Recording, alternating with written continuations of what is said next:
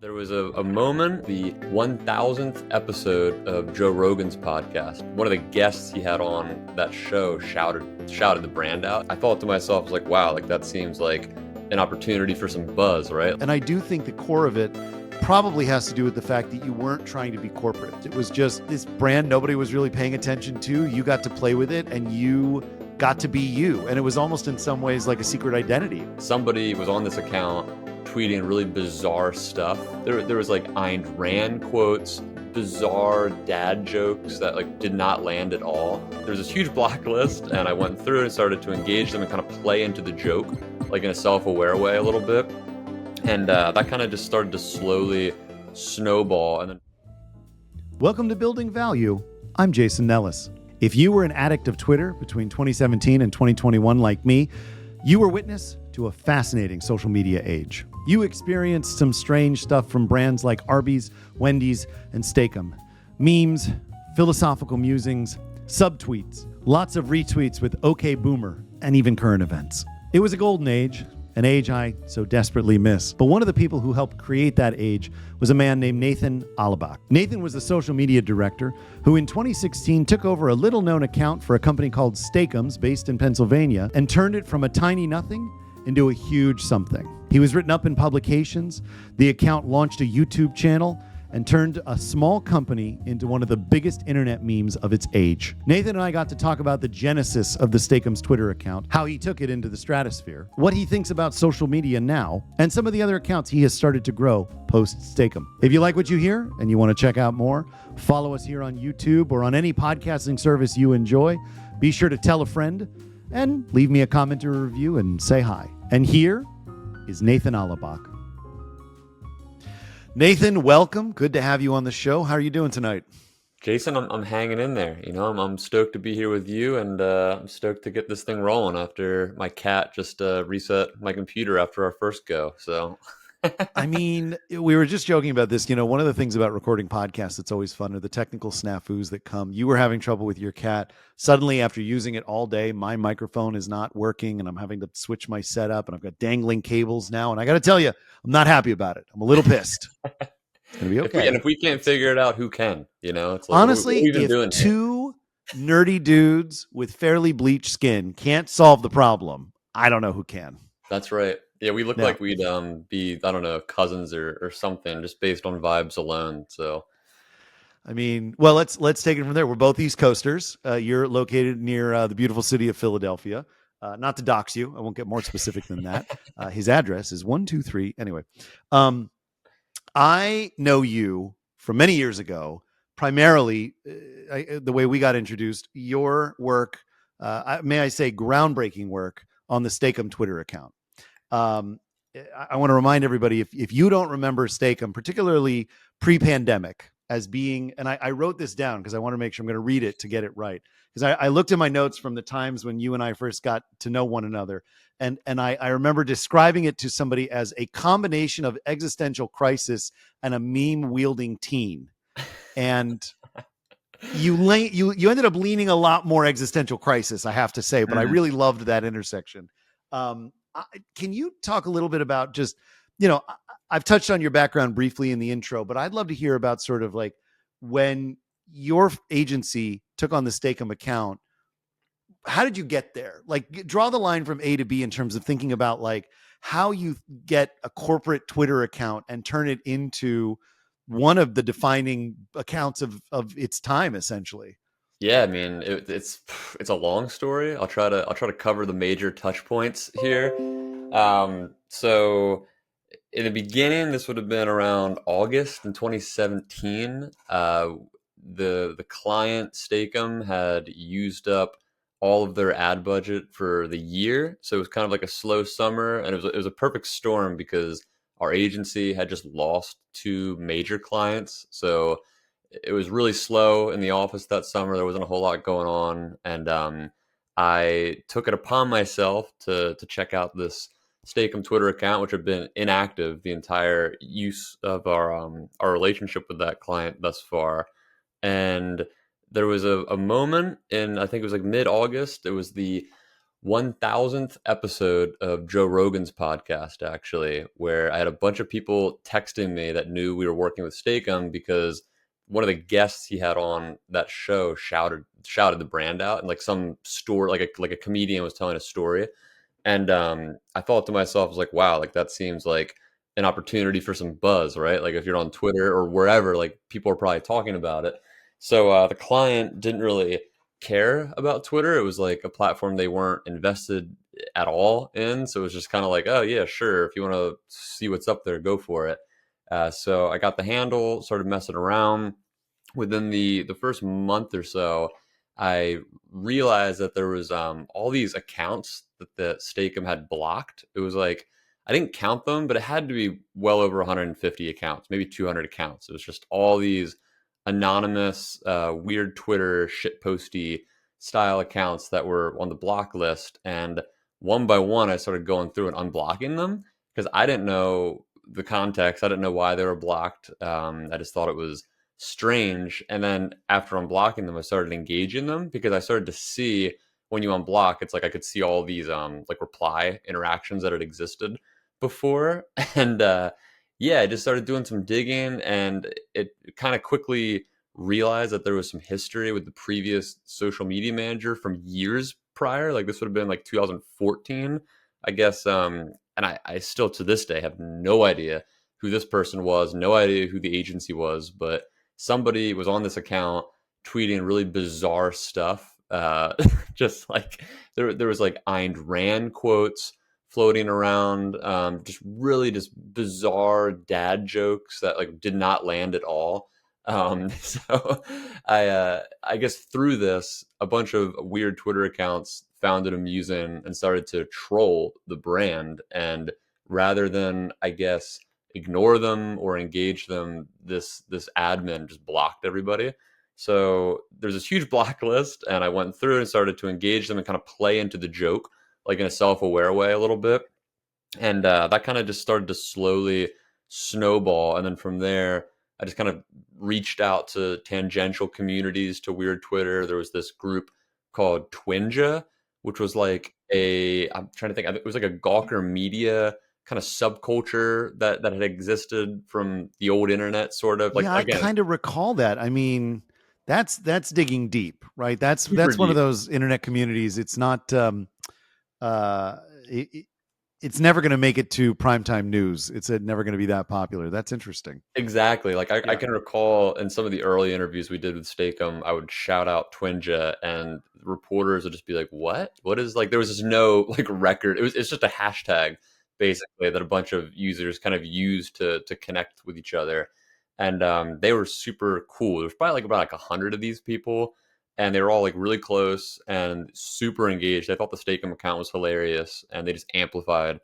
everything. But it was hilarious too because I don't know, like maybe 30 or 40% of this group really didn't like the account, like, or I should say they were wary of it because these were kind of, again, tangential to the weird Twitter community. So these are kind of anti-corporate, anti-capitalist style users. So there's, for a lot of them, there's kind of an innate skepticism toward like anything brand related. So there was like several accounts that were kind of standoffish to what we were doing, and but the rest were like totally on board. So it became this like really funny situation where there's kind of like a tension in these communities that engaged, and that kind of played into the dynamic of growing the account. And once it went viral for the first time at like the end of 2017, the beginning of 2018, for this verify Steakum campaign that we did, which was just like the brand wasn't verified, just kind of pushing like, why is Twitter not verifying Steakum? And we were tagging celebrities and just trying to like make this thing blow up. And this was on the heels of, at the time, Twitter was in kind of hot water for verifying like certain Nazi accounts and stuff. So it was kind of like topical. And when I that mean, if you're going to verify Nazis, you might as well verify what are you Steakum. doing? I think I'm right. I mean, I just think as a snowball effect, that's the perfect momentum to ride there. It's amazing. PR nightmare, or Yeah, PR on many miracle in our levels. case, right? Absolutely. Because it's like a perfect underdog, kind of story where it's like this small regional, like old meat brand is like going up against Twitter for all these like sort of pseudo political reasons. But yes, when that blew up, then I remember like it was right after or right before MLK Day, and it must have been a really slow news day because when it happened, like when the account got verified, the Associated Press picked it up, and then that got aggregated through the New York Times, and then USA Today picked it up. There was like it snowballed super quick, and I was like, "What the hell? Like, why all these like mainstream media publications are I right?" remember you were like I don't remember the exact hashtag, but I think it was like Steakum verified. Right. Like suddenly was everywhere on my on my feed, and Yeah, it was like I remember, trending. Yeah, yeah, like people were going nuts. It was just so funny. But then, so that marked the kind of turning point because to that point, it was a very shitposty style account because it was just kind of like me messing around, kind of figuring out the landscape. And from that point onward, I got invited to do a bunch of interviews and we got a bunch of press from it. So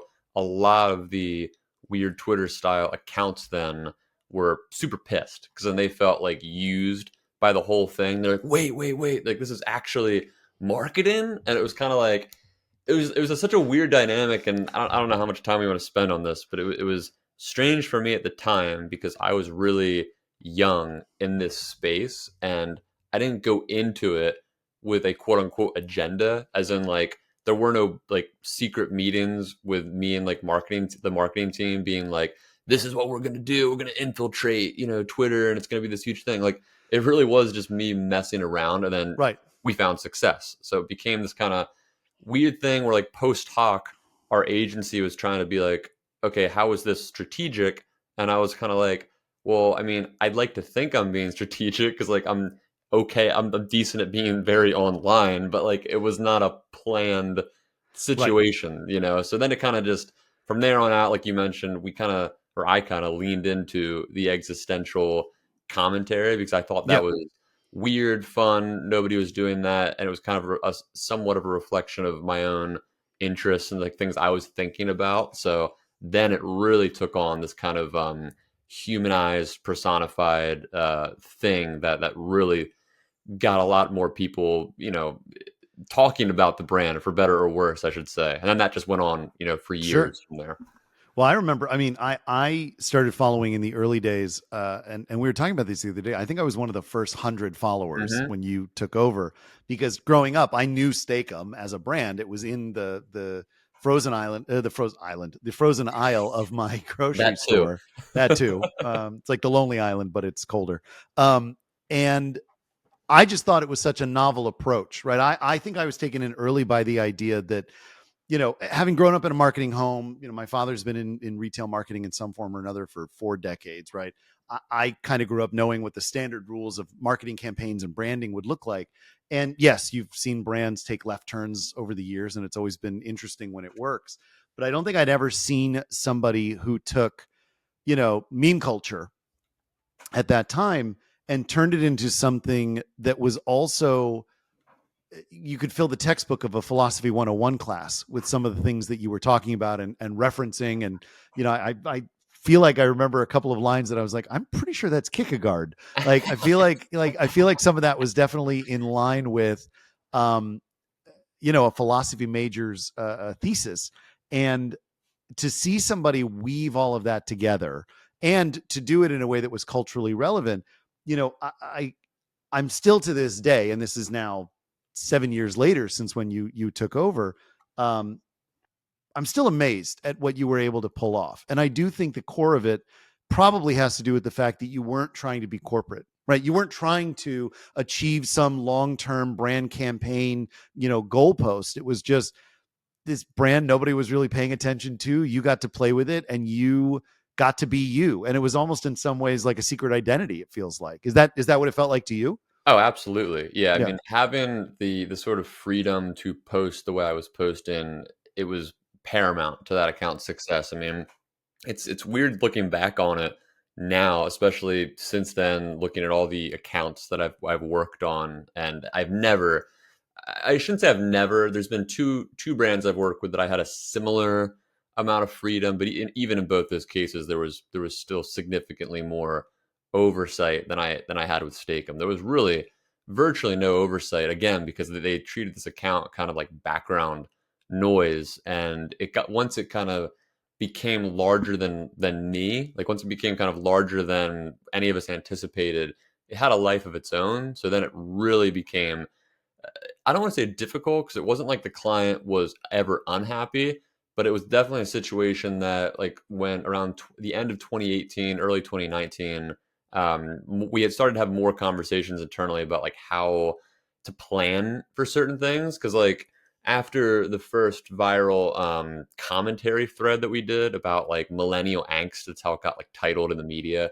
That was the end of 2018. There's a bunch of write-ups and a bunch of people, like a bunch of press reaching out for interviews. And I remember that being, again, not like controversial per se, but it was definitely a bit more, like we're saying, humanized than the previous like shitposty stuff. So the team, especially like the folks at Steakum, there was just a little bit of like concern of like, okay, how are we going to field the message here? Because now we know, like the world kind of knows, or like I shouldn't say the world, but like whoever, the people online who are following this account, they know, or they have a sense of that this is just like one guy running it, and it doesn't feel like corporate campaigny. Um, but like, how do you control for that? You know, like if I'm getting an interview, like if I'm doing an interview with like the Atlantic or Washington Post or whatever, like I can't just say whatever I want. And up until that point, I had no press training or anything. So like, I remember the first interview was, I think it was 2017. I did, or maybe it was the end of or 2018. I did one with the Atlantic with this journalist, and yeah, this dude was just doing his job. I've got a lot of journalist friends. I get the gig and what it kind of entails for lines of questioning, but this guy kind of came after me under false pretenses. Like he kind of built a rapport with me in like a friendly way, and like we had this conversation. It felt very kind of open, and then the way he used my quotes for his story was not like a hit piece necessarily, but like a very critical piece in a way that I was not, like the brand was not prepared for. I was not prepared for. And I remember when that came out, that was like a big eye opener for me to be like, okay, shit, like I got to start thinking like more about like how to approach this stuff, because like I said, there's no real guardrails within the agency or within the brand relate, like the client relationship, that was kind of telling us how to manage that stuff. So it was certainly like a weird and very quick personal adaptation that I had to make while running that account, just kind of how to deal with the perception that came along with the success over time, you know.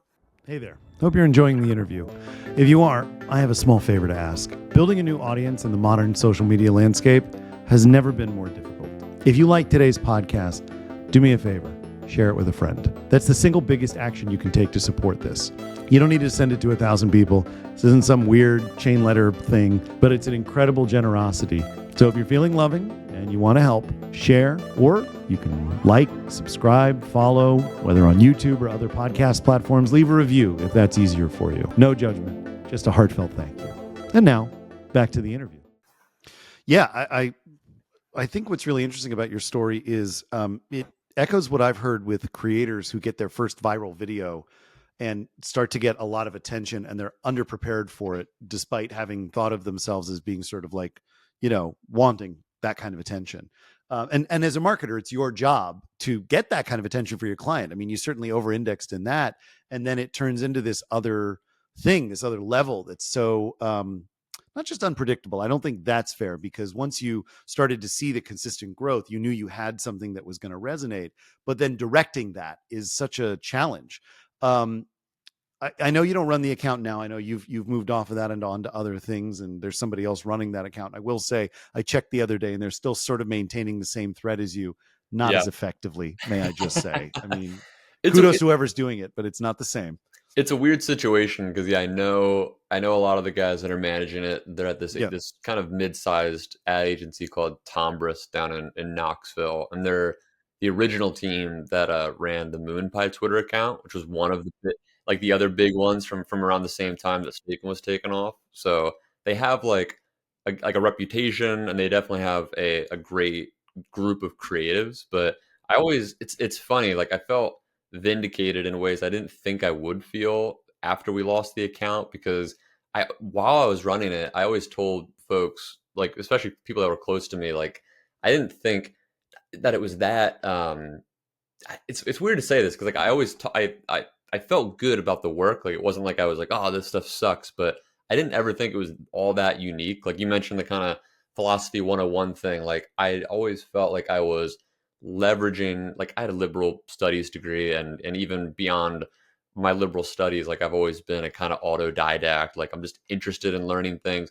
but I don't retain stuff very well. Like I don't think I'm all that like, big brained or whatever on things. I just like to consume media and pick up stuff. So like the account felt like a fun exercise and kind of being able to filter a lot of like the top level little tidbits of information I had gathered over the years and then put them through the lens of like this meat brand, which made it like the juxtaposition made it really funny and effective because it was like, oh, this is like a kind of a decently known truism and it's wrapped up in this like meat branding, which is just ridiculous. So it was fun to do that for me. It was like a creative exercise, but I never thought it was like super crazy. But after we parted ways and the new agency took over, I did realize like within the first 6 months, I was kind of like, oh, first couple months there'll be like a learning curve or whatever, but they'll pick up on it, and they never really, I don't think, like captured the same essence. Like there's been like I've gone back through and they've had a couple decent threads that definitely tried to mimic the tone of how I wrote, to somewhat like degrees of success. I mean, like not like they bombed by any means, but there definitely haven't been any more like viral moments from that brand since we left about 2 years ago. So that was at least like it gave me a little bit of encouragement to the degree that I was like, okay, I guess maybe there was something there, that we were adding to like the flavor of this delivery, that's maybe harder to capture than I had thought back then. Well, I don't disagree with you, but I would also throw a couple of things out there. First of all, I mean, anytime somebody takes over for a writer who's got a specific and unique is overused here, but a specific and targeted voice, um, replicating that voice is difficult. I mean, It's you so look at any hard. book, Yeah, right? I mean, you look at any book where the series was started by somebody and then their child took over, or somebody ghost wrote it, but it was still their name, kind of a thing. Like it never holds the magic. It's a hmm little bit less. It's a little paper thin in that way. And your level of, again, the topical meme culture, philosophy isn't really, philosophy is a better term than existential, because it was really broad in terms of the philosophical thinking, and it was uniting all of that in this beautiful little absurd wrapping yeah, paper, which is right. what made me love it. That's hard to accomplish, right? Then you add to that, now we're talking about an agency that's got approvals, right? It's not the luck of one person who's For playing sure. at something. And Twitter, now X, right? I mean, some of it is that in some ways we're joking before about Nazis and the blue check marks. In some ways, the Nazis won, Yeah, and Twitter X now is not the same platform it was when you and I lived there every day. Um, it's just it strikes me, and I'd love to hear your thoughts on this. Like, the times have changed. There's so many other places for brands to find that space and unique voice. I would make the argument somebody like you could do that again, but it's harder to do now.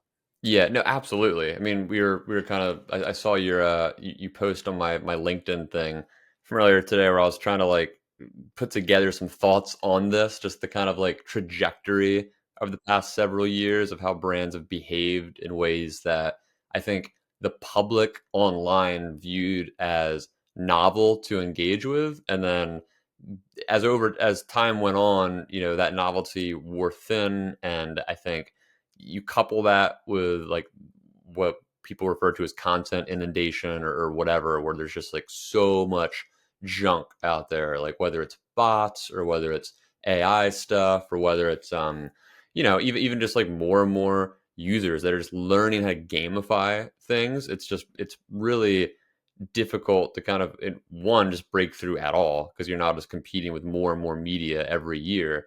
But two, I think people have seen it all, so that makes it really really tough to, you know. I always thought this like every year that we were working the Steakum account, I was like, this is the year that this thing is going to start to tank because it's kind of like how many times can you build on like this bit, because like bigger brands, they don't necessarily need to rely on bits like I was doing with Twitter. Like they have like entire legs to their branding and their campaigns. Like they're national, they're international, they're doing stuff on TV, they're doing activations, in different cities. Like there's way more going on. Whereas we were relying the lion's share of the marketing was going toward this social media stuff. So I think for sure, like it's not a fault. Like when I look at the even just like the landscape of social media managers and experts that I know now, like that are running and helping run a lot of like the more prominent accounts that are out there, whether they're on TikTok or Instagram or Twitter or whatever.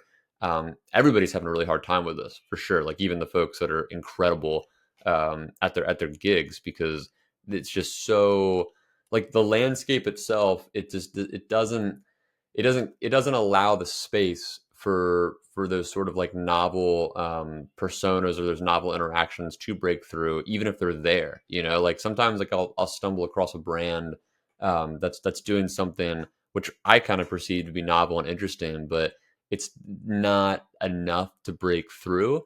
And when you look at the way platforms are designed now, like you mentioned, like Twitter is no longer what it was. Like there's no longer the same like ecosystem of media and journalists that are constantly getting stories from Twitter. Um, in part, and I think in part, like some of that was the sort of like Trumpian gravitational pull, like over the Trump years from like 2016 to 2020, where there was just this like everybody was just sucked in to Twitter every day for like the news cycle. So anything that felt like a bit of respite from that, like if there was something humorous or like an oddball angle to a news story, that became a kind of like distraction almost from like the constant cycle of doom and gloom and polarization that people were experiencing. And now too, like with TikTok especially, that's where most big like sort of weird brand accounts have moved. And again, there's just no real like journalistic pull to that platform. Like brands go viral all the time. Like I mean, Duolingo is obviously like the chief example of like they're the kind of like Wendy's of TikTok now, where like they've just kind of owned that platform as like the leading personified brand. And And when you shout look, out to Amy, who was the original Wendy's marketing manager, who took that and just nailed it yeah, she was the back in the Wendy's day. of the Wendy's. Yeah, she She was was. she I think she legally changed her name to Wendy after that. That's But right. anyway, Yeah, yeah, she really paved the way, like historically yep. speaking. This is all kind of like a history in a weird way. In 2017 for these kind of personified brands to really blow up and become ubiquitous across online culture, just because of the success. It was like a case study that people to this day, like I just did, people still refer back to it. So, but with Duolingo, it's interesting because I mean they have a massive following. Like everybody on TikTok knows who they are. Like they get tons of engagement, tons of press in like the marketing, like advertising worlds, but they definitely don't get the same like mainstream press as a lot of brands like Wendy's did 5, 6 years ago on Twitter, because there's just not the same like quote unquote story happening there. Like it's so strange to think back to this, because it's not like what brands were doing was necessarily newsworthy, but it became newsworthy because of the medium. It's like the whole like medium is the message here, right? Like just by the nature of being on Twitter, a brand like MoonPie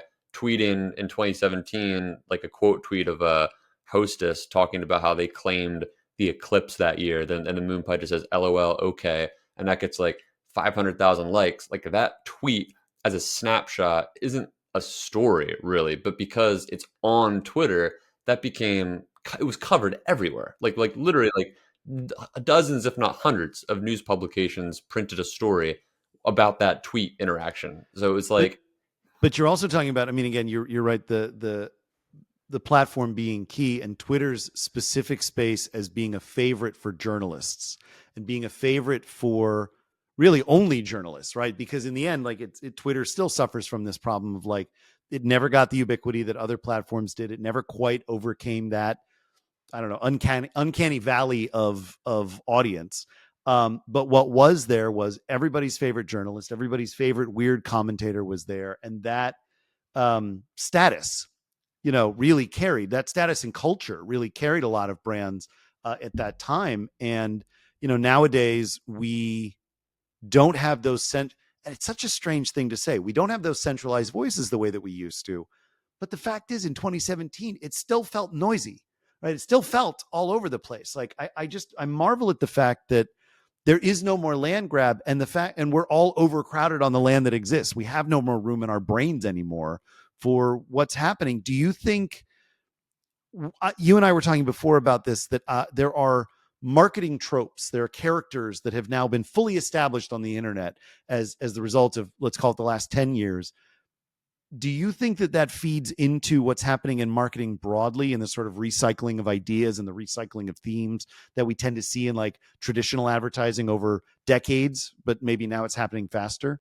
Yeah, no, absolutely. It's just it's interesting because of what you just said, like the fact that it's happening faster and there's more of a easy to refer sort of book of references now for people to look back on. Like you can quick Google something, you can, if you were on Twitter 5, 6, 7 years ago, like you remember now seeing that stuff in a way that I think, if you think about like the 1980s, like say the same amount of time passed, like from like 1980 to 1986 or whatever, if you had seen like a commercial in 1980 and then in 1986 another brand did a similar type of commercial, you might not you might not think the same of it because you've only seen so many commercials, like it hasn't had the same like inundation sort of impact on you. But because we're constantly swirling in this this kind of soup of nonstop content now, like there's always a point to reference back to. But there is like I do think the flip side of that is, again, like I mentioned this in this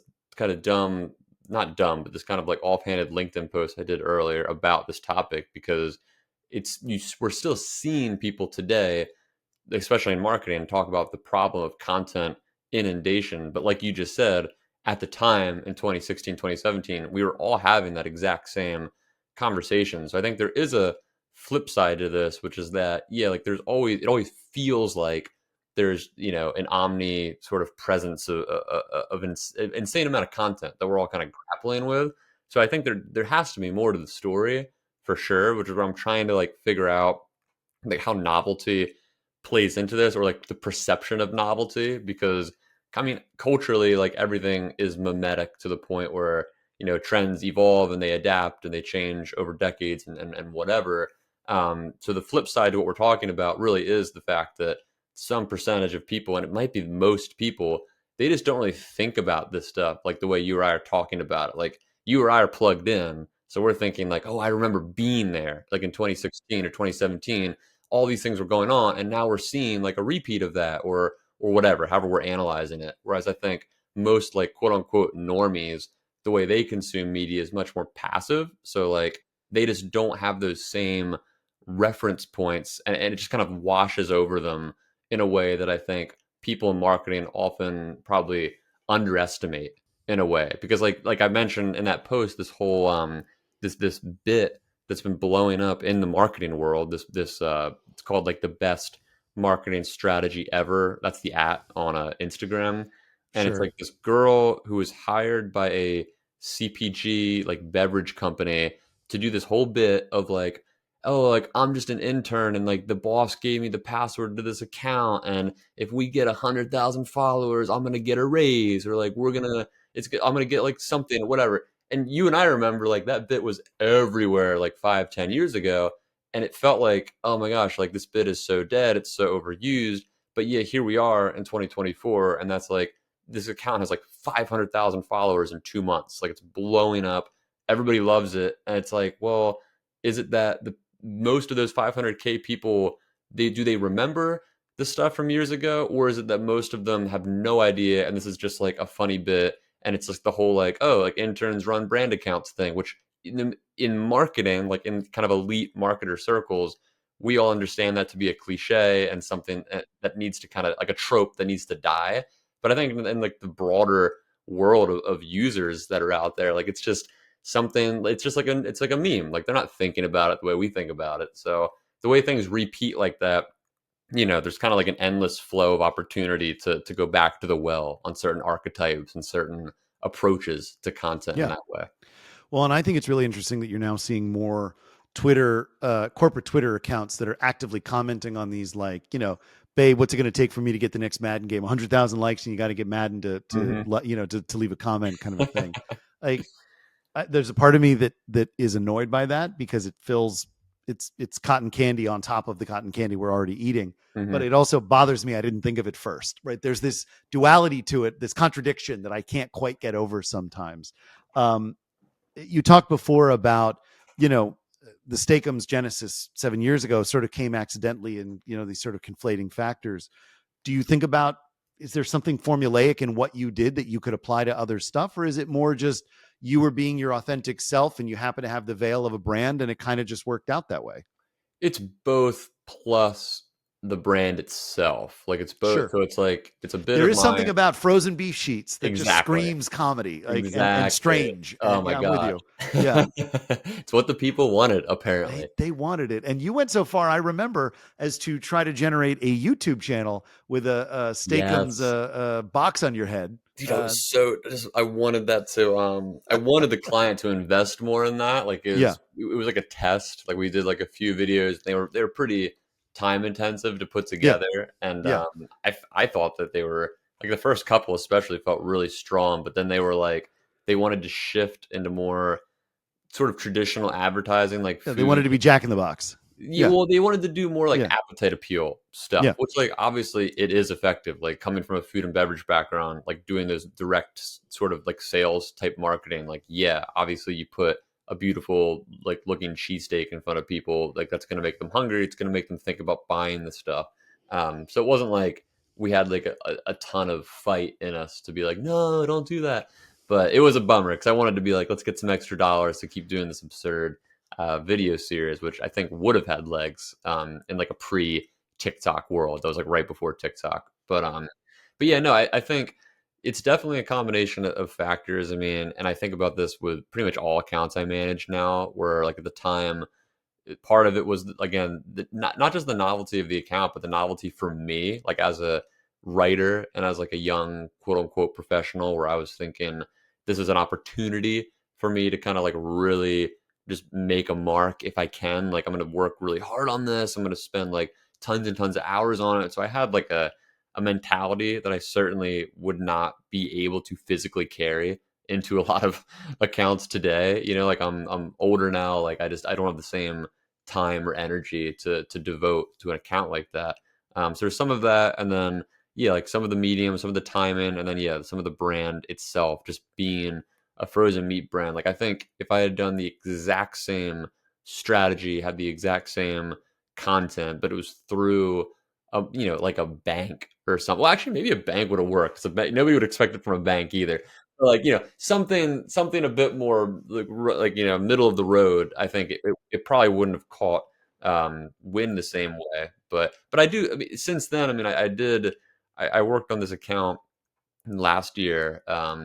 You and I talked about this a bit. This nonprofit called Strong Towns, and they were probably the next best success I've had on an account since Steakum, just because it was only a year long contract. But they were able to give me a lot of creative control over it. So like I managed to run that Twitter account for almost a whole year and with very little input, very little oversight.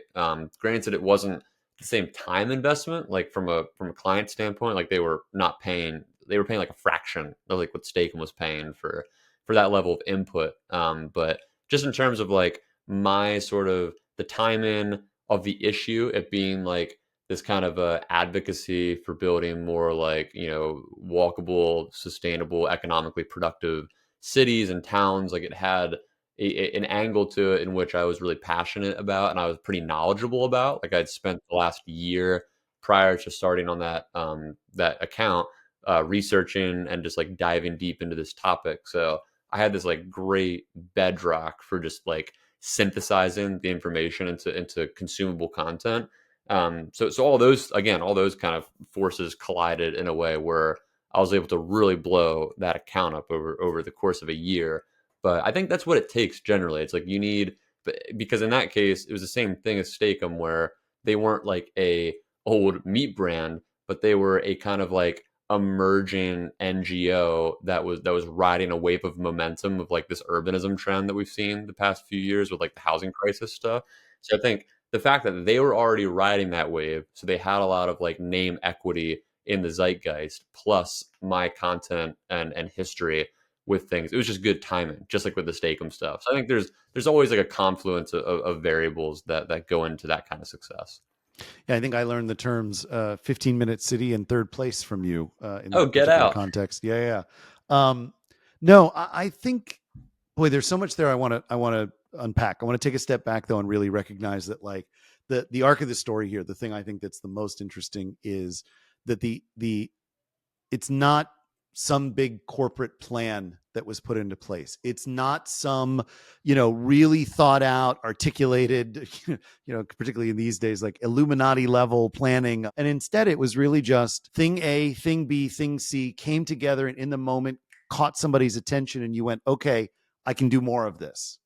And to me, I think that's really compelling from a number of perspectives: content creation, marketing, and also frankly in the corporate world, right? I mean, in the end, like, there's so many different times when we are expecting that there's going to be some grand plan we're going to put together, which when well articulated, well thought out, and yes, you should be thinking when you are making big plans, you should be doing the planning phase before you execute.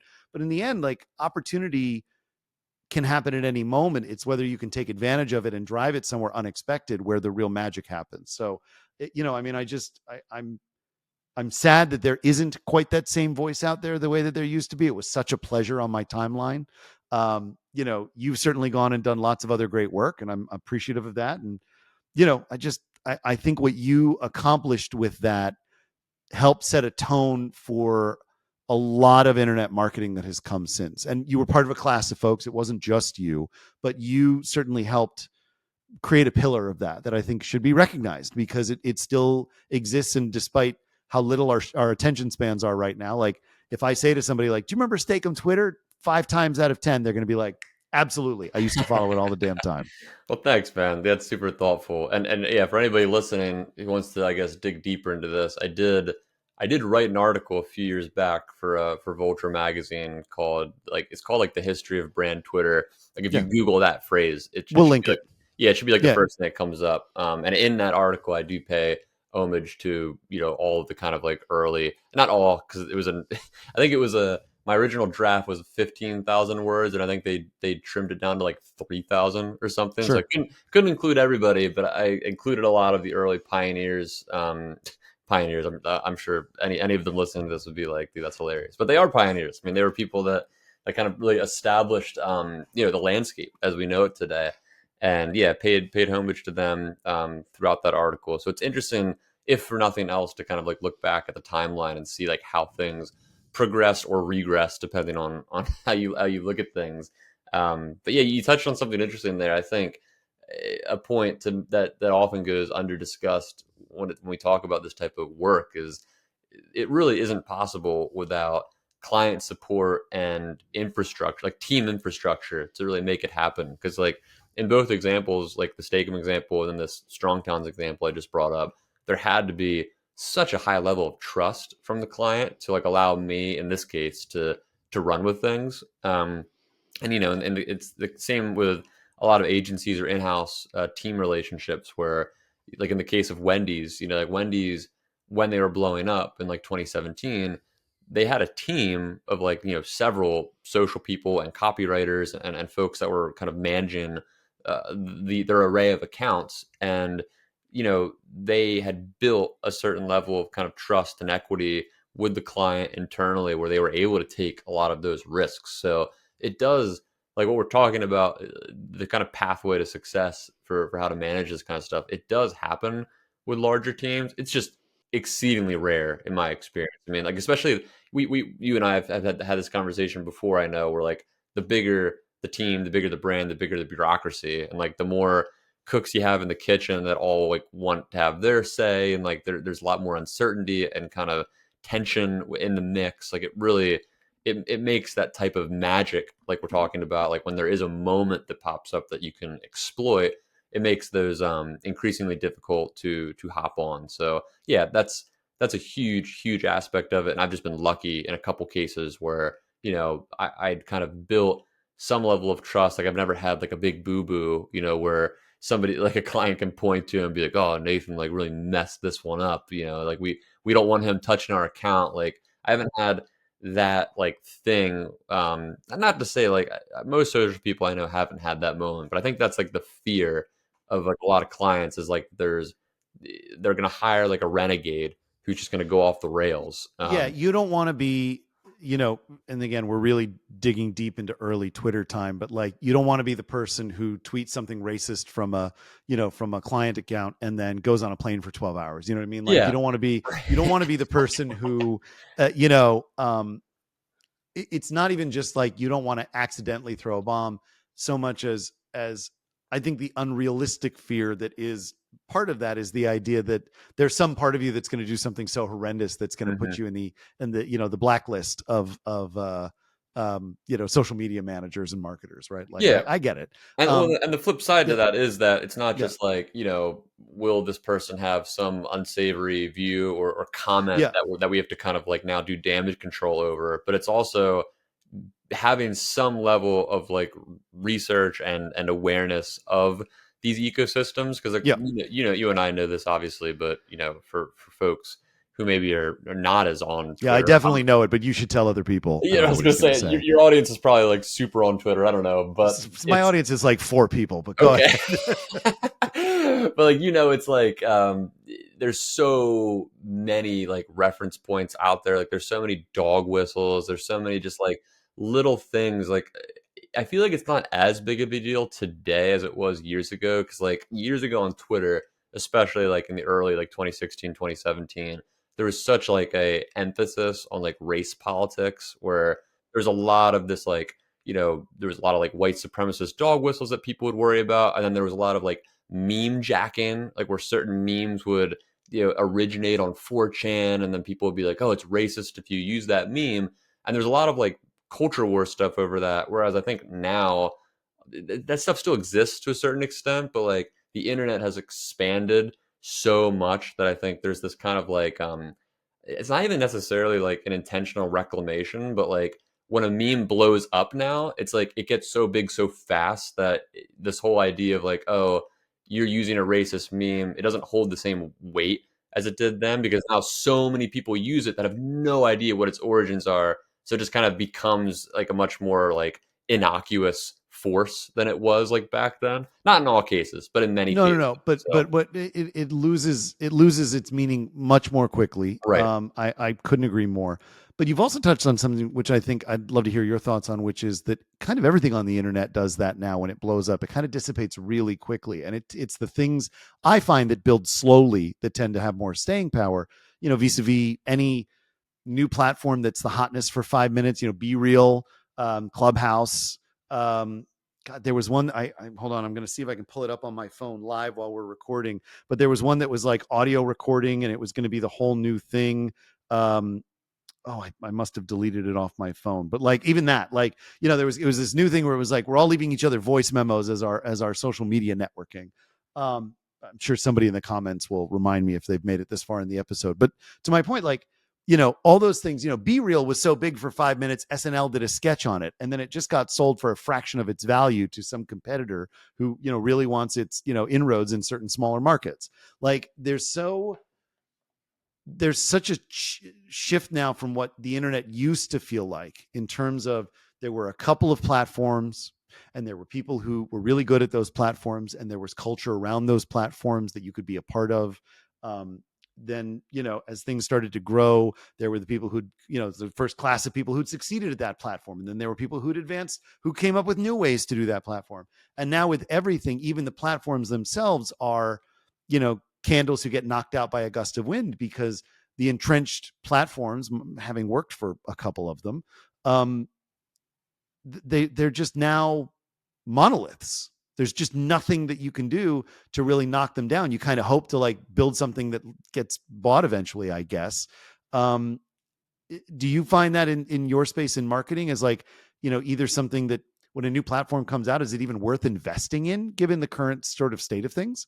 Yeah, there's kind of like two sides to what you're talking about. There's like the kind of cultural reflection of content on each platform and how that's changed over time. Because like years ago, it felt like there was certain stuff you mostly just saw on Twitter or you mostly saw on Instagram or Reddit or whatever, and now it's just like everything is everywhere all the time. Like like Twitter is stealing from TikTok, TikTok is stealing from Twitter, everything's getting reposted to Instagram. Like it's this kind of, there's really no like cultural kind of like mainstay feature of any platform. Because you remember, like it was probably like 2013 or 14, like when Twitter introduced photos. Like up until that Yeah. point, it was just text, you know, and then it's like Or suddenly they, yeah, Periscope became integrated, so suddenly like Periscope, these like right? 320p live streams could be viewed. Yeah, it was a whole thing. Yep. So it's like it's Yeah. and that's just kind of this, now TikTok does carousel imagery just like Instagram, and Right. Instagram has reels like TikTok. Like Yeah. everything just wants to be everything. So it's really It, it's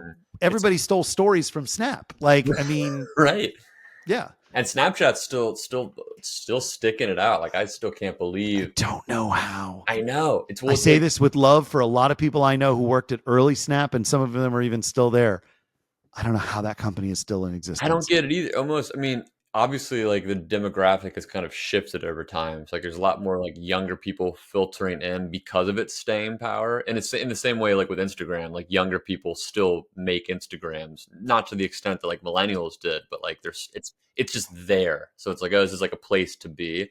But yeah, like almost all my friends stopped using that within the past 4 or 5 years. But it's still, but it's become a content hub essentially. Like it's become, rather than just like everything else, rather than a place to kind of be social with your friends, it's like a feed now. It's like something you can like watch little shows and clips of stuff or whatever, which is, yeah, that's just kind of how everything is moving into. But yeah, that's like the kind of cultural aspect, I guess, of how the content shifts back and forth. But yeah, no, from a marketer's standpoint on like how to decide, which platforms to invest in, it is a huge issue. I mean, ever since the sort of dissolving, I guess you'd say, or like the kind of resegmenting of Twitter or X with into some people moving to Threads, some people moving to Blue Sky and Mastodon, and some people really just honestly, a lot of people moved to LinkedIn, which is interesting. Like people we're talking about in like the kind of journalist media marketing class. So it's interesting. Yeah, there's a lot of hesitation,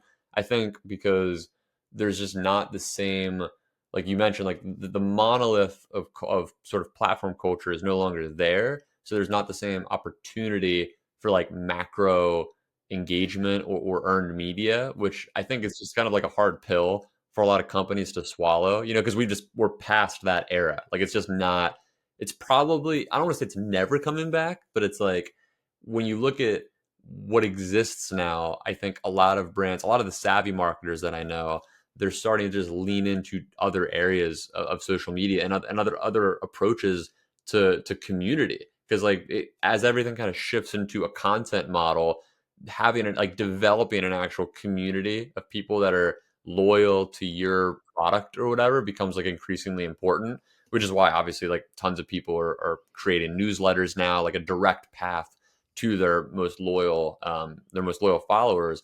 So I think we're seeing a lot of savvy marketers do that, like opening up Discord servers, opening up like private Instagram chats and Facebook groups and places that they can easily access their biggest fans for, whether it be like just engagement, like it might just be funneling people to other social media posts or whatever, or like exclusive perks and whatnot. Like that's all. It's much different than the old model, which was like, okay, we're a brand, let's get on somewhere like Twitter and try to go viral. Like let's try to blow up. Like that's just not really a viable strategy on most platforms. Because even on TikTok, like you kind of alluded to this earlier, content moves so fast, everything's like a drop in the river. So like you can go viral on TikTok and really gain no brand equity for that. Like you look at like these CapCut style filters and memes that trend now, and it's like you can jump on that, get like a million views on a video, get like thousands of comments, and people are like, "Oh, this is hilarious," whatever, and you might gain like 200 followers from it, like just virtually nothing, because it's like people just don't view that as like a value add, like a reason for them to invest like long term in what you do. Like it's just kind of like, oh, here's another viral video that I caught on my feed today. So it's tough. We used to, back when I was at Super, which is the product incubated at Facebook towards the end, Meta, excuse me, towards the end of my time there. We had a brilliant data scientist who came up with essentially a heuristic for how you could sort of approximate how many people a particular influencer could bring from their various social accounts to the platform, because it was a live experience. And one of the things we saw that was really interesting was TikTok numbers were always a huge, in terms of following, I should say, huge overinflation of what somebody could actually bring to the platform. And that we came up with sort of this gut number that, like, whatever their number was on TikTok was relative to about maybe 10% of a similar following on Wow. Instagram. So that, like, if you had 1 million followers on TikTok, it was at best like having 100,000 on Instagram, which is Right. still substantial. But in the world of places like Meta, 100,000 ain't enough. You know what I Yeah. mean? Like, you don't get called sort of, you're still an emerging influencer at 100,000 Right. followers. So I think that's really, there's something very true about what you're talking about in terms of, like, something goes viral on TikTok, it maybe gets you a couple hundred followers. Those followers aren't that valuable. The thread now is direct lines of communication. It's building community at the most basic level. I'll even go so far as to say, one of my challenges right now, as we were joking about earlier, is that, like, I'm building this is episode 26, 27 of this podcast. Um, I'm enjoying the process. I haven't figured out what my community needs to look like. Mm. And so I'm worried about putting a flag down on a newsletter or a Discord server, mainly because the question I asked you, which is, like, how do I figure out what to invest in, right? What's the right community given my space? And given that now everybody has the ability for me to send a newsletter on their platform, whether it's, Beehive or Substack or Ghost or LinkedIn, Mm-hmm. providing or getting the right provider now is this whole, like, question I got to go through.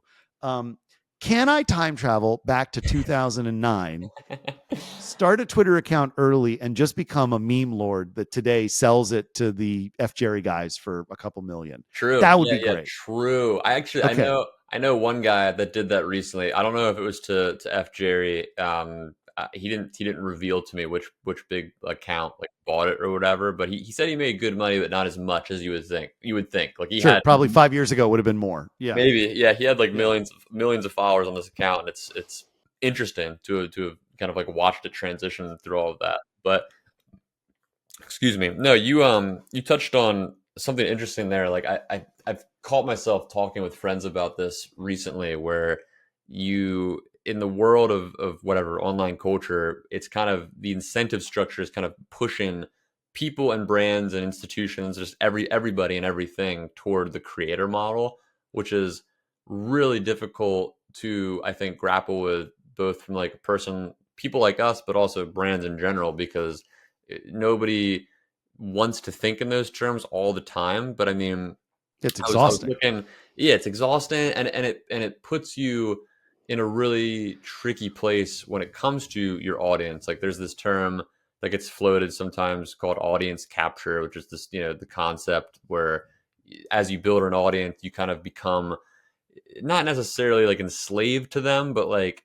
if you're like monetarily reliant on them, like to consume your content, to continue to like you and follow you, like it'll kind of subliminally lead you down certain directions. Like you'll know there's certain viewpoints you want to either, avoid or toe the line on. Like there's certain guests that you'll seek out and certain guests you won't seek out. Like there's just certain things like that that kind of move people over time, whether they're aware of it or not. And it's interesting because I've seen this happen with a lot of content creators, specifically on YouTube, but also Twitch and like some streaming platforms, where there'll be like a relatively small creator, like they might have X thousand subscribers or whatever. Their views aren't getting like crazy numbers or anything like that, and then suddenly they'll have like a big break moment. Like they'll either on Twitch, like maybe they get rated by like a big Twitch streamer, or if it's YouTube, maybe they like maybe it's a show like we're doing here, and they invite like a big guest on, and then in that show, like it just so happens like there's some viral moments that take off, and then suddenly their channel like blows up like tenfold or 20-fold, and they've got this like mass influx of new people that are commenting and engaging and whatever, and it becomes like so overwhelming to manage that, because obviously these are people that just kind of float in from like this new circumstantial situation that's not necessarily like reflective of who they are. as a person and like their overall content, you know? So it's really hard because there's people who then get that opportunity. They see dollar signs. They see like, okay, wow, this is like huge opportunity. I need to kind of do what this new audience wants me to do to keep them around and like keep growing.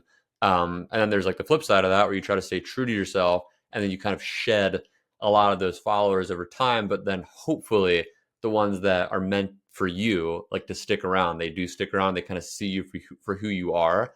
And I think that that's just really hard for like people to grapple with because it's like we all crave success and attention to some degree. Like if we're out making content, like even a podcast like this, even if you or I don't necessarily want fame, like we hope there's someone out there that's going to get value from this. Like we hope there's something, about it that's making our time, our conversation worthwhile publishing. So I think it's really, really tough for brands and for people alike to wrestle with that in this new online culture because it's like you it's the direction of everything. It's why influencers keep getting more and more popular because it's like they're a way in the midst of all this content inundation. It's like, well, if you're a brand and you have a budget and your choice is either take a gamble on a social media expert to make us go viral or whatever, or use that money that would be for like their salary or whatever and invest it in like a bunch of these